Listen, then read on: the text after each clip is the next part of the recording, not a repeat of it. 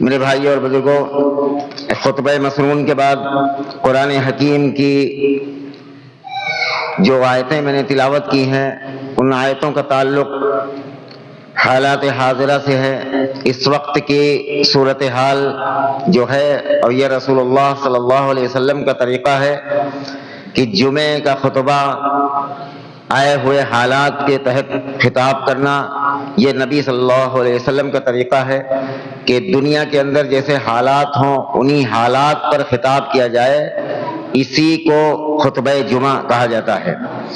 اس تعلق سے میں نے جن آیتوں کا انتخاب کیا ہے، آپ سب یہ جانتے ہیں کہ اس وقت پوری دنیا کے مسلمان ہی نہیں صرف، بلکہ پوری دنیا کے انسان ڈرے ہوئے، خوف زدہ ہیں۔ ہر آدمی اپنی اپنی فکر میں لگا ہوا ہے کہ کیسے حالات آئیں گے، کیا ہوگا، اب کہیں تیل نہ بند ہو جائے، کہیں فلاں چیز نہ ختم ہو جائے، کہیں فلاں چیز کی کمی ہمارے پاس نہ آ جائے جس کی وجہ سے ہماری زندگی دشوار ہو جائے۔ اللہ تعالیٰ نے سورہ نور کے اندر فرمایا کہ من بعد خوفہم امنا، خوف کے بعد امن ہے۔ جب پوری دنیا خوف زدہ ہو جائے، اس کے بعد اللہ تعالیٰ اس روئے زمین پر امن کو قائم فرمائے گا، امن و سلامتی ہوگی، چین و سکون آئے گا۔ لیکن یہ آزمائش کا جو دور آیا ہے دنیا کے اندر اللہ رب العالمین کی طرف سے، یہ کب تک رہے گا اس کا علم اللہ تعالیٰ کو ہے۔ ہم اس کے بارے میں یہ تو نہیں کہہ سکتے کہ کتنے دن تک رہے گا، لیکن بہرحال اللہ کے اس وعدے پر یقین ہے کہ من بعد خوفہم امنا، خوف کے بعد امن آئے گا انشاءاللہ، اور ہر حال میں آئے گا۔ اور اللہ تعالیٰ نے اس سے پہلے کی آیت میں فرمایا، جو آیت کریمہ میں نے سورہ توبہ کی آیت نمبر 32 اور 33 میں نے تلاوت کی ہے، اور آیت نمبر 31 کو بھی ساتھ میں لے لیتے ہیں۔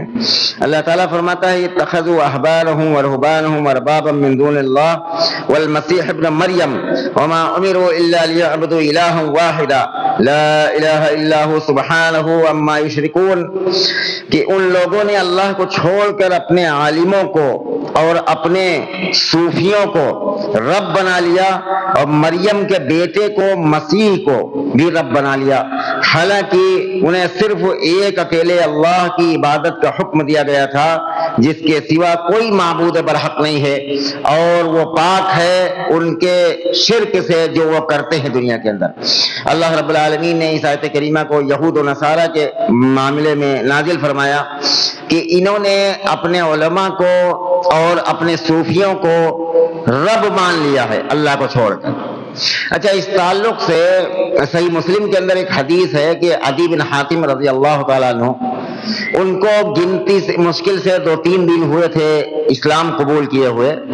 انہوں نے سوال کیا، یا رسول اللہ یہ اس آیت کریمہ کا مفہوم کیا ہے، میری سمجھ میں نہیں آیا۔ اتخذوا احبارهم ورهبانهم اربابا من دون اللہ، میں کہ لوگ اپنے اپنے علماء کو رب مان لیتے ہیں اللہ کو چھوڑ کر۔ تو فرمایا، تو انہوں نے عدی بن حاتم نے کہا کہ یا رسول اللہ، ہم لوگ اپنے اپنے عالموں کا سجدہ نہیں کرتے تھے، اپنے اپنے عالموں کو دعا کے لیے دعا میں پکارتے نہیں تھے کہ ہمارا بھلا کر دیجئے یا ہماری بگڑی بنا دیجئے۔ پھر ہم یہ آیت کیسے نازل ہوئی کہ اتخذوا احبارهم ورهبانهم اربابا من دون اللہ، کہ لوگ اپنے علماء اور صوفیوں کو اللہ کو چھوڑ کر رب بنا لیتے ہیں۔ یہ سورہ توبہ کی آیت نمبر 31۔ اور مریم علیہ السلام، یعنی جو ہے مریم کے بیٹے عیسیٰ علیہ السلام کو بھی رب مان لیتے ہیں۔ ایک تو آپس میں علماء کو رب مانتے ہیں، اور دوسرے عیسیٰ علیہ السلام کو بھی رب مانتے ہیں۔ فرمایا کہ کیا ایسا نہیں تھا کہ عالم اگر کسی چیز کو یہ کہہ دے کہ یہ حلال ہے، چاہے اس کی دلیل تورات کے اندر، انجیل کے اندر موجود نہ ہو، اس کے باوجود اسے حلال مان لیا جاتا تھا۔ عدی بن حاتم رضی اللہ تعالیٰ عنہ نے کہا کہ ہاں اللہ کے رسول، ایسا تو تھا ہم لوگ اپنے علماء کے اس طرح پیچھے چلتے تھے کہ اگر وہ کسی چیز کو حلال کہہ دے، اگر اس کے حلال ہونے کی دلیل تورات انجیل میں موجود نہ ہو تب بھی ہم حلال مان لیتے تھے، اور اگر عالم کسی چیز کو حرام کہہ دے، اس کی دلیل تورات اور انجیل میں اللہ کی اتاری ہوئی کتاب جو پیغمبروں پر اتری ہے ان کتاب میں اس کی دلیل موجود نہ ہو تب بھی اسے حرام مان لیا جائے۔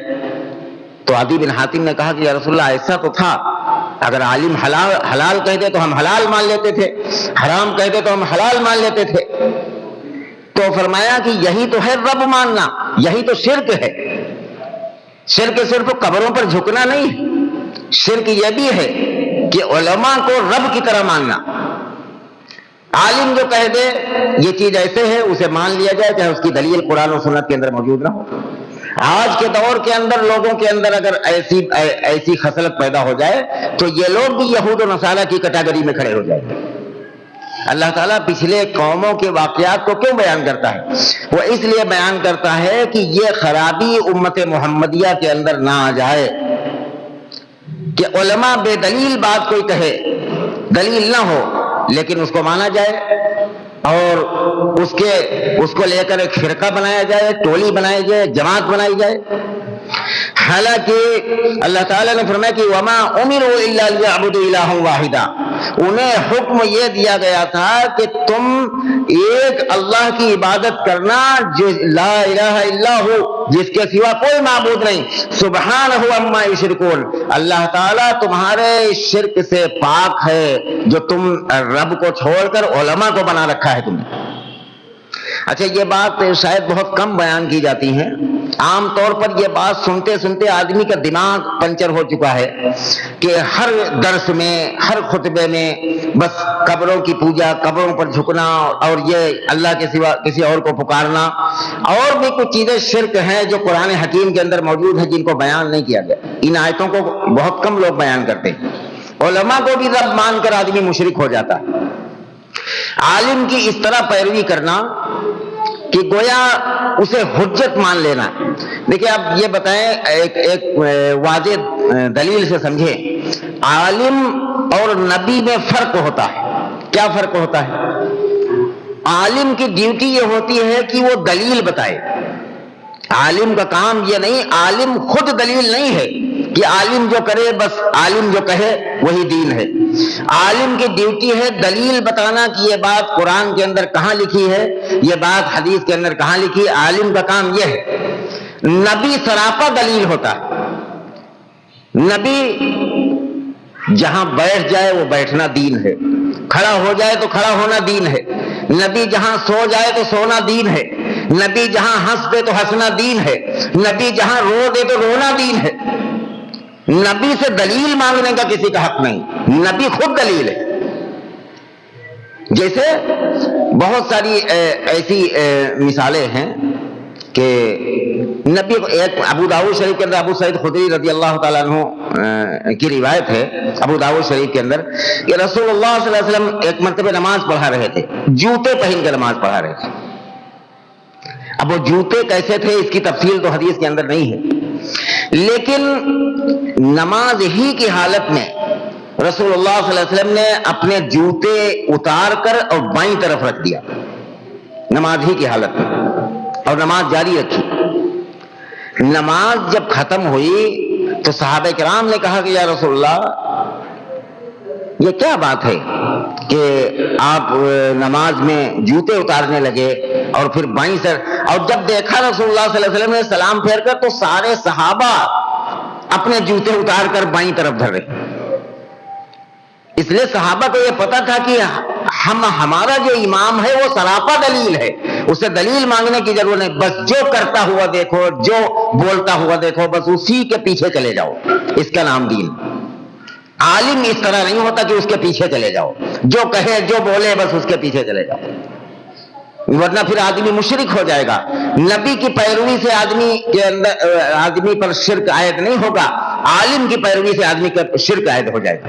اس لیے اس آیت کریمہ کے اندر فرمایا اتخذوا احبارهم ورهبانهم اربابا من دون اللہ، بعض لوگ ایسے ہیں جو اپنے علماء کو، اپنے صوفیوں کو رب بنا رکھا اللہ کے سوا. وما امروا الا ليعبدوا الها واحدا، حالانکہ اللہ تعالیٰ نے حکم دیا تھا کہ ایک رب کی عبادت کرنا جو تمہارا معبود ہے، اس کے سوا کوئی نہیں. سبحانہ وتعالی عما یشرکون، اللہ تعالیٰ تمہارے شرک سے پاک. تو کیا ہوتا ہے کہ دیکھا کہ سارے صحابہ اپنے جوتے اتار کر بائیں طرف رکھ رہے ہیں. رسول اللہ صلی اللہ علیہ وسلم نے پوچھا کہ یا رسول اللہ، صحابہ کرام سے پوچھا کہ اے میرے ساتھیوں، تم نے اپنے اپنے جوتے کیوں اتارے؟ تو کہا کہ یا رسول اللہ، ہم لوگوں نے دیکھا کہ آپ نماز میں جوتے اتار رہے ہیں تو ہم نے جوتے اتارنا شروع کر دیا. ہم نے دیکھا کہ آپ بائیں طرف رکھ رہے ہیں تو ہم لوگ بائیں طرف رکھنا شروع کر دیا. تو کہا اصل میں بات یہ ہے کہ ہمارے جوتے میں غلاظت لگی تھی، گندگی لگی تھی، اور نماز ہی کے دوران حضرت جبریل علیہ السلام آئے اور انہوں نے کان میں میرے خبر دی کہ آپ کے جوتے میں غلاظت لگی ہے. تو میں نے نماز ہی کے دوران اپنے جوتے اتار کر بائیں طرف رکھ لیے. صحابہ نے کہا یا رسول اللہ، جبریل تو آپ کے پاس آ سکتے ہیں، آپ کو بتایا جا سکتا ہے کہ آپ کے جوتے میں غلاظت ہے، ہمیں تو یہ حکم دیا گیا ہے وما ارسلنا من رسول الا لیطاع باذن اللہ، کہ رسول کو پیدا ہی اس لیے کیا گیا ہے کہ رسول کو جو کرتا ہوا دیکھو، جو بولتا ہوا دیکھو، بس کان لگا کر سنو اور اپنی گردنیں جھکائے رکھو، ہر بات کی پیروی ہی کرنا.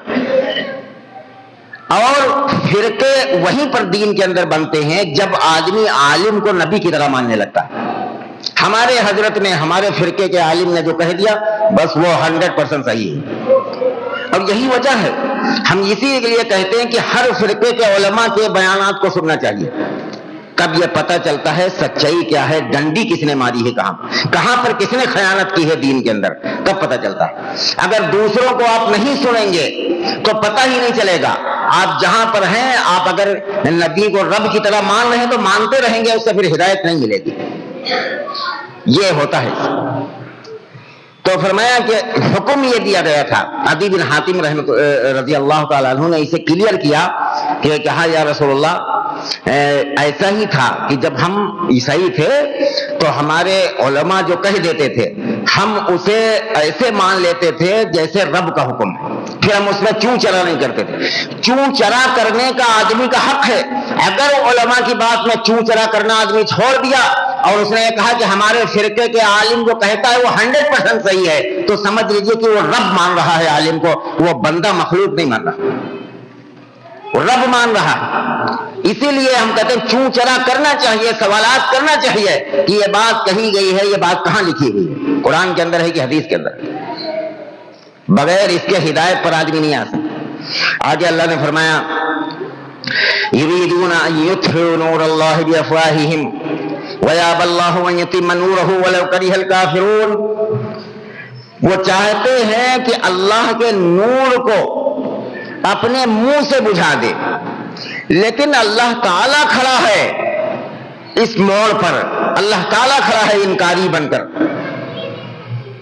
ویاب اللہ، اللہ کھڑا ہے، ان یتم نورہ ولو کرہ الکافرون، کہ اللہ تعالیٰ اپنے اس نور کو، دین ہدایات کو پائے تکمیل تک پہنچا کر رہے گا. کافروں کو چاہے کتنا ناگوار گزرے، چاہے کتنا امریکہ پھڑپھڑا لے، چاہے کتنا اسرائیل پھڑپھڑا لے، لیکن اللہ اپنے اس کلمے کو اور اپنے اس قرآن مقدس کی جیسی کتاب کو پوری دنیا کے چپے چپے پر غالب کر کے رہے گا، کافروں کو چاہے کتنا ناگوار گزرے.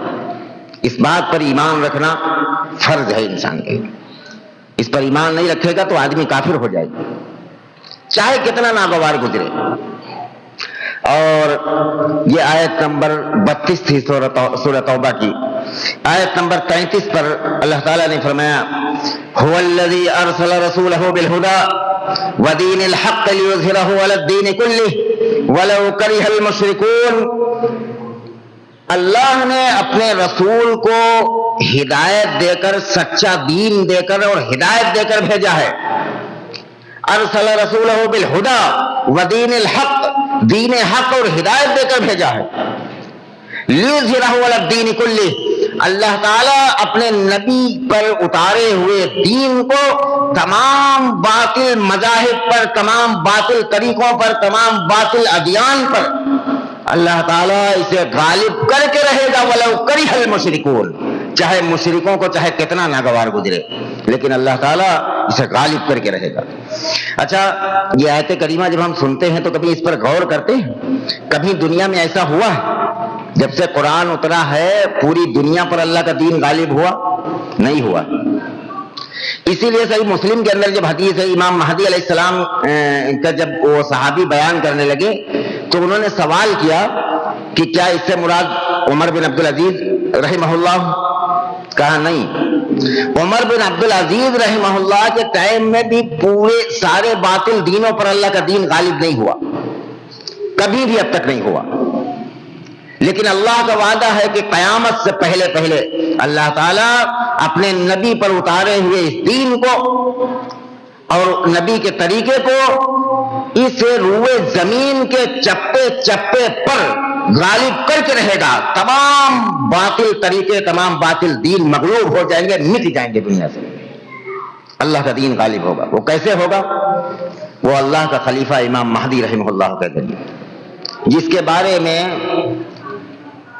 ویسے تو سینکڑوں احادیث موجود ہیں، لیکن 10-12 تقریباً ایسی احادیث ہیں کہ جو مرفوعاً رسول اللہ صلی اللہ علیہ وسلم سے ثابت ہے۔ فرمایا کہ اچھا، آدمی یہ سوچتا ہے، اور سوچ میں پڑ جانے والی بات بھی، کہ ابھی تو یہ امت اس قدر فرقوں میں بٹی ہوئی ہے اور نبی پر اترا ہوا دین یہ یہود و نصارہ اور جتنے بھی غیر مسلم ہیں، جتنے باطل مذاہب ہیں، سب پر غالب ہوگا۔ کیسے ہوگا؟ صحیح مسلم کی ایک روایت میں ہے رسول اللہ صلی اللہ علیہ وسلم نے فرمایا کہ اللہ کا خلیفہ مہدی جب آئے گا تو ایک رات میں اللہ تعالیٰ اس کو سیٹل کر دیں گے اور جو اس کے جو ہے منہج کو سیدھا کر دیں گے، یعنی جو لوگ ٹیڑھے راستے پر ہوں گے اللہ تعالیٰ ان کو سیدھے راستے پر لے آئے گا، ایک رات میں ایسا ماحول بدلے گا۔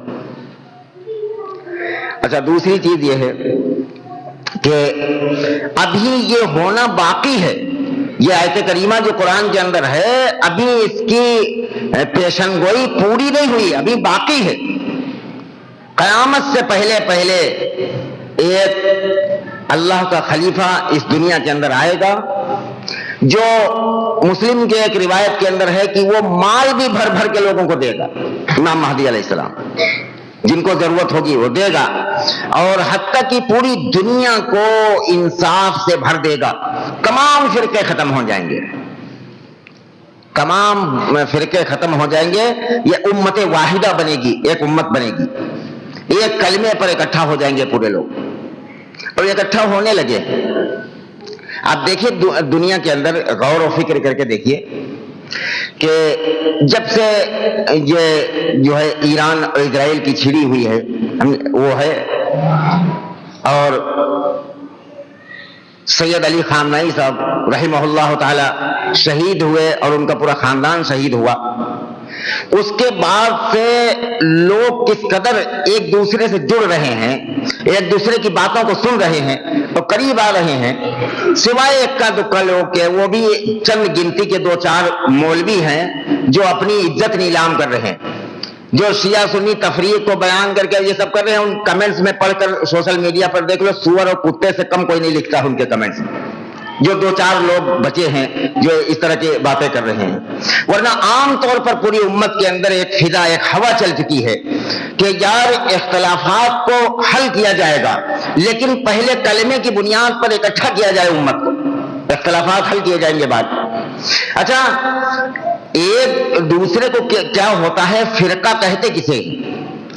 اللہ کے سورۃ الانعام کی آیت نمبر جو ہے 159 میں اللہ رب العالمین نے فرمایا ان الذین فرقوا دینهم وكانوا شیعا لست منهم في شيء انما امرهم الى الله ثم ينبئهم الله بما كانوا يفعلون، کہ اے رسول جن لوگوں نے اپنے آپ کو فرقوں اور گروہوں میں بانٹ لیا، اے نبی تمہارا ان سے کوئی تعلق نہیں، رسول کا تعلق تو ٹوٹ جاتا ہے جب آدمی بانٹنے والی اور یہ سب خرافات کی باتیں کرتا ہے تو رسول سے رشتہ اس کا ختم ہو جاتا ہے۔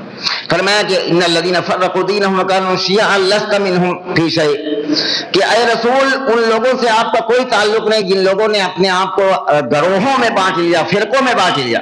سیاہ لست منہم، تمہارا کوئی تعلق نہیں اس سے. اور اللہ تعالیٰ کے حوالے ہیں ان کے اعمال جو یہ کر رہے ہیں دنیا کے اندر. ان قریب اللہ تعالیٰ انہیں بتلا دے گا، جتلا دے گا جو کچھ دنیا کے اندر ایسے علماء کرتے تھے. تو اس سے یہ پتہ چلتا ہے کہ گروہوں میں بانٹنا منع کیا گیا، لیکن کیا یہ ہے کہ ایک دوسرے کو کافر کہا جائے؟ ایسا کوئی دلیل، ایسی کوئی شریعت میں کے اندر حجت موجود ہے کافر کہا جائے؟ دیکھیے، کافر اور فرقے میں بہت بڑا فرق ہوتا ہے.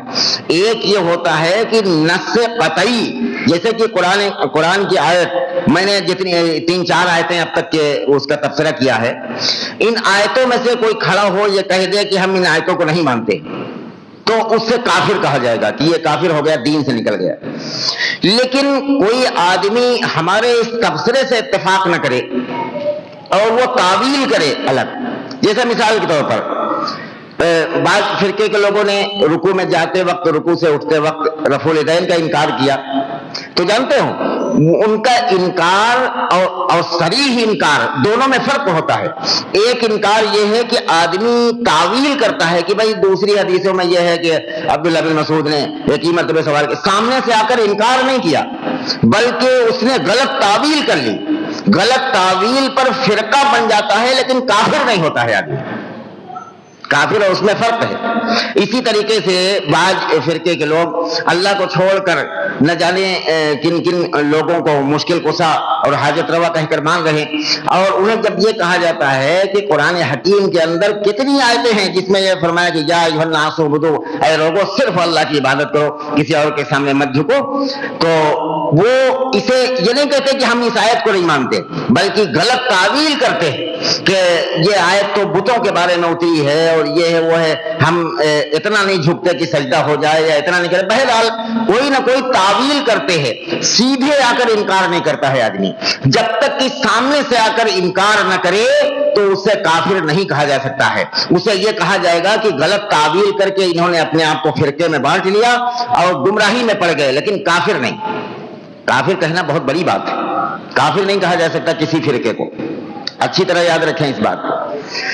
اور یہ وہ دعوت ہے جو عام طور پر اس دنیا میں اٹھ رہی ہے دھیرے دھیرے، کہ لوگوں کو جوڑا جائے، غلط تعویل سے روکا جائے کہ بھائیوں جو تعویل تم کر رہے ہو، جیسے مثال کے طور پر قرآن حکیم کے اندر یہ ہے کہ ان اللہ وملائکتہ یصلون علی النبی یا ایھا الذین آمنوا صلوا علیہ وسلموا تسلیما. اللہ اس کے فرشتے درود و سلام بھیجتے نبی پر. اے ایمان والو تم بھی درود و سلام بھیجو نبی پر، تو ہم بھی درود و سلام بھیجتے. اب اس میں کوئی فرقہ اس آیت کا انکار نہیں کرتا ہے. بات یہ ہے کہ ایک تعویل یہ کرتا ہے کہ ہم ایک جماعت بنا کر الگ کھڑے ہو کر سلام پڑھیں گے. ایک آدمی رسول اللہ صلی اللہ علیہ وسلم کے اور صحابہ کے طریقے پر ڈٹا رہتا ہے کہ بھائی دیکھیں صحابہ نے اس طریقے سے سلام نہیں پڑھا اور رسول اللہ صلی اللہ علیہ وسلم نے اس طریقے سے سلام پڑھنے کا حکم نہیں دیا. تو یہ تعویل ہے. یہ بیچ میں آدمی اپنے آیت کو سمجھنے میں تعویل غلط کرتا ہے. تعویل غلط کرنے سے کافر نہیں کہا جا سکتا. آدمی کو کافر کہا جائے گا جب سیدھے اس آیت کا انکار کر دے کہ ہم نہیں مانتے اس آیت کو، اسے کافر کہا جاتا ہے. تعویل غلط کرنے سے کسی کو کافر نہیں کہا جا سکتا ہے. میرے بھائیو، اسی لیے رسول اللہ صلی اللہ علیہ وسلم نے بکثرت اس کو بتایا ہے کہ یہ جو آیت کریمہ اتری هو الذی ارسل رسولہ بالهدى ودین الحق لیظہرہ علی الدین کلہ ولو کرہ المشرکون، کہ مشرکین کو چاہے کتنا ناگوار گزرے، اللہ نے اپنے رسول کو دین حق اور ہدایت دے کر بھیجا ہے. اس ہدایت کو پوری دنیا پر پورے باطل طریقوں پر غالب کر کے رہے گا. غالب کب ہوگا؟ اس طریقے سے تو غالب ہو نہیں سکتا. ہر آدمی اپنی اپنی جگہ پر کھینچاتانی ہے. جب امام مہدی علیہ السلام آئیں گے اور پوری دنیا پر خلافت قائم ہوگی، اس وقت نبی کا طریقہ، نبی پر اتری ہوئی ہدایت پوری دنیا کے اندر غالب ہوگی. اور آدمی اس سوچ میں پڑ جاتا ہے کہ یار ایران کو کچھ لوگ تو شیعہ کہہ رہے ہیں، کچھ لوگ گمراہ کہہ رہے ہیں، کچھ لوگ کہہ رہے ہیں اس کو شہید تک نہ کہنا چاہیے، اور حدیث میں یہ ہے کہ خراسان سے امام مہدی علیہ السلام کا قافلہ آئے گا کالے جھنڈوں کے ساتھ. مستدرک الحاکم کی صحیح سند کے ساتھ میں حدیث ہے، کالے جھنڈوں کے ساتھ خراسان سے جب قافلہ آتا ہوا دیکھو تو اس کی بیعت کرو، اس میں اللہ کا خلیفہ مہدی ہوگا. اور وہ کون ہوں گے؟ وہ فرمایا رسول اللہ صلی اللہ علیہ وسلم نے کہ میرے اہل بیت میں سے ہوگا، اور اس کے ماں کا نام آمینہ ہوگا میری ماں کی طرح، اور اس کے باپ کا نام عبداللہ ہوگا میرے باپ کی طرح، اور اس کا نام میرے نام کی طرح محمد ہوگا، امام محمد المہدی رحمہ اللہ تعالی علیہ السلام آئیں گے اور پورے انصاف سے سب کو بھر دیں گے، اور ان کو قتل کرنے کے لیے شام سے ایک قافلہ آئے گا امام مہدی کو قتل کرنے کے لیے۔ یہ بھی حدیث کے صحیح حدیث میں موجود، شام سے ایک قافلہ آئے گا اور صوفیانی قافلہ اسے بولا جائے گا۔ یہ جنگ صفین اور کربلا کا واقعہ پوری زندگی چلتا رہے گا، وہی معاملہ ہے۔ وہ سب شام سے قافلہ آیا تھا مولا علی رضی اللہ تعالیٰ عنہ علیہ السلام کو قتل کرنے کے لیے، صوفیانی قافلہ وہ بھی تھا۔ امام مہدی علیہ السلام جب اہل البیت میں سے آئیں گے تو صوفیانی قافلہ پھر شام سے آئے گا، اور اللہ تعالیٰ اللہ کے نبی صلی اللہ علیہ وسلم نے فرمایا کہ اس قافلے کو دھسا دیا جائے گا۔ لوگوں نے سوال کیا کہ کیا امام مہدی کو قتل کر دیا جائے گا؟ کہا نہیں، اس قافلے کو زمین میں دھسا دیا جائے گا، اس لیے کہ نقلی تمام امام مہدی شیعوں نے تیار کیے، بعض اہل سنت میں کے بعد فرقوں میں کہا یہ فلاں مہدی، لوگوں نے اسے قتل کر دیا، لیکن اصلی مہدی قتل نہیں ہوگا، وہ پوری دنیا پر حکومت قائم کر کے رہے گا، اور پوری دنیا کے اندر میرے بھائیوں حالات ایسے ہیں کہ ہم ایک دوسرے کی سنیں، ایک دوسرے کی بات کو سمجھنے کی کوشش کریں، ایک دوسرے کے قریب ہونے کی کوشش کریں۔ قرآن اس وقت کی پکار ہے، اس وقت کی آواز ہے، اور میرے بھائیوں جو اختلافات ہیں ان کو ہم بیٹھ کر سمجھنے کی اور طے کرنے کی کوشش کریں، اور اپنا بھائی سمجھ کر اسے سمجھانے کی کوشش کریں کہ بھائی دیکھو یہ شرک ہے یہ طریقہ، اور میرے بھائیوں اللہ ہی بہتر جانتا ہے۔ بہرحال کبھی کبھی ایسا ہوتا ہے کہ آدمی کہنے پر مجبور ہو جاتا ہے، جیسے ایک مثال دیتے ہیں، مثال دے کر اپنی بات کو ختم کرتے ہیں۔ حدیث میں یہ ہے کہ مدینے کے اندر جو دفن ہوگا اللہ کے نبی اس کی سفارش کریں گے۔ اب مدینے کے اندر دیوبندی فرقے کے بہت بڑے شیخ زکریا کاندھلوی مدینے کے اندر دفن جنت البقیع کے اندر، اور بریلوی فرقے کے بہت بڑے قادری عالم جنت البقیع کے اندر دفن، اہل حدیث فرقے کے علامہ احسان الہی ظہیر رحمہ اللہ جنت البقیع کے اندر دفن۔ اب کیسے فیصلہ کرے گا کوئی آدمی؟ یا نبی نے کہا کہ جو جنت البقیع کے اندر دفن ہوگا اس کی ہم سفارش کریں گے، دیوبندی اس بات کو مانیں گے کہ قادری صاحب کی سفارش بھی نبی صلی اللہ علیہ وسلم کریں گے؟ اب کیا دیوبندی اس بات کو، بریلوی اس بات کو مانیں گے کہ شیخ زکریا کاندھلوی جنہوں نے فضائل اعمال لکھی اس کی سفارش بھی نبی صلی اللہ علیہ وسلم کریں؟ لا حول ولا قوت۔ اب کیا یہ دونوں فرقوں مانیں گے کہ اہل حدیث کے بڑے عالم جنت البقیع کے اندر دفن ہیں، ان کی سفارش کی جائے گی؟ نہیں، یہ فرق مٹے گا دھیرے دھیرے، یہ چیز آئے گی۔ کلمہ پڑھنے کے بعد آدمی پر وہی قوانین عائد ہوں گے۔ کلمہ پڑھنے کے بعد اگر اس نے کلمے کا انکار نہیں کیا، دیکھیے 7 چیزیں ایسی ہیں، آمنت باللہ وملائکتہ وکتبہ ورسولہ والیوم الآخر والقدر خیرہ وشرہ من اللہ تعالی والبعث بعد الموت۔ اللہ پر ایمان لانا، اس کے فرشتوں پر، اس کی رسولوں پر، اس کے کتابوں پر، اور قیامت کے دن پر، اور اچھی بری تقدیر اللہ کی طرف سے ہوتی ہے، مرنے کے بعد دوبارہ زندہ ہونے پر۔ ان میں سے کسی ایک چیز کا اگر آدمی انکار نہیں کرتا ہے تو اس پر وہی قانون نافذ کیے جائیں گے جو ایک عام مسلمان پر نافذ کیے جائیں۔ اگر اس میں سے کوئی مرے گا تو اسے شہید ہی کہا جائے گا۔ رسول اللہ صلی اللہ علیہ وسلم کی حدیث ہے کہ پیٹ میں درد سے مرنے والا شہید ہے، بچہ جننے کے وقت عورت اگر مر جائے تو شہید ہے، پیڑ سے گر کر آدمی مر جائے تو شہید ہے، اور اسی طریقے سے دریا میں ڈوب کر مر جائے تو شہید ہے، وغیرہ وغیرہ شہید ہے۔ تو ہر کلمہ پڑھنے والا اگر ان چیزوں میں سے کسی ایک چیز میں مرے گا تو اسے شہید کہا جائے گا۔ بقیہ فیصلہ اللہ تعالیٰ قیامت کے دن کریں گے کیا معاملہ ہوگا، کیونکہ صحیح مسلم کی روایت ہے کہ جو ہے جب اللہ کے نبی سفارش کر چکیں گے اور لوگ جنت کے اندر چلے جائیں گے تو جب سوال ہوگا کہ اب کیا ہوگا جو لوگ جہنم کے اندر جل رہے ہیں، تو اللہ کے حبیب صلی اللہ علیہ وسلم فرمائیں گے جنہیں قرآن نے روک رکھا ہے جنت میں جانے سے ان کو اب کوئی جنت کے اندر داخل نہیں کر سکتا۔ قرآن نے کس کو روک رکھا؟ ان اللہ لا یغفر ان یشرک بہ ویغفر ما دون ذلک لمن یشاء، کہ اللہ تعالیٰ معاف نہیں کرے گا شرک کو اور بقیہ جتنے گناہ اللہ تعالیٰ جسے چاہے معاف کر دے۔ اگر کوئی شرک پر مرا ہے جس کو ہم جانتے ہو یا نہ جانتے ہوں، اس کے اللہ تعالیٰ جو ہے قیامت کے دن اسے جہنم سے نہیں نکلے گا اگر بغیر توبہ کے مر گیا۔ بقیہ جو ہے کسی کے بارے میں کوئی واضح فیصلہ کیا جائے یہ آج کے دور کا سب سے بڑا فتنہ ہے۔ اللہ تعالیٰ جو باتیں کہی، میرا خیال ہے کہ میں ہو سکتا ہے صحیح لفظوں میں اپنے دل کے افکار کو، اپنی دلی باتوں کو نہ صحیح سمجھا سکا ہوں۔ اللہ تعالیٰ دلوں میں اتار دے۔ اس وقت کی جو ضرورت ہے، اس وقت کی جو سب سے اہم بات ہے کہ ہم ایک دوسرے کے قریب جانے کی کوشش کریں اور ایک دوسرے کی باتوں کو سمجھنے کی کوشش کریں، اپنی بات رکھیں، اپنے اختلاف رکھیں، دور دور الگ الگ ٹٹیاں، الگ الگ راستے، الگ الگ دیواریں نہ بنائیں، ہر ایک دوسرے سے سلام کلام کریں، اپنی بات رکھیں کہ بھائی ہم نماز میں رفع الیدین کرتے ہیں تو لکھا کہاں ہے؟ یہاں فلاں جگہ لکھا، ہم اس لیے کرتے ہیں۔ اگر ہم یہ کہتے ہیں کہ انہ من یشرک باللہ فقد حرم اللہ علیہ الجنہ، مشرک پر اللہ تعالیٰ نے جنت کو حرام کر رکھا، تو قرآن کے اندر 3 مقامات پر یہ آیت کریمہ نازل ہوئی۔ اپنی بات رکھو، اس کی بات سنو، یہ اس سے انشاءاللہ فائدہ ہوگا، لوگ اکٹھا ہوں گے اور یہ کام اب کرنا ہی پڑے گا، دل چاہے تو نہ دل چاہے تو۔ وہ وقت آ چکا ہے کہ لوگ اکٹھا ہو کر امام مہدی علیہ السلام کی قیادت میں آئیں گے اور تمام باطل طریقوں پر محمد رسول اللہ کا لایا ہوا دین غالب آ جائے گا اور پوری دنیا کے اندر امن و امان قائم ہوگا۔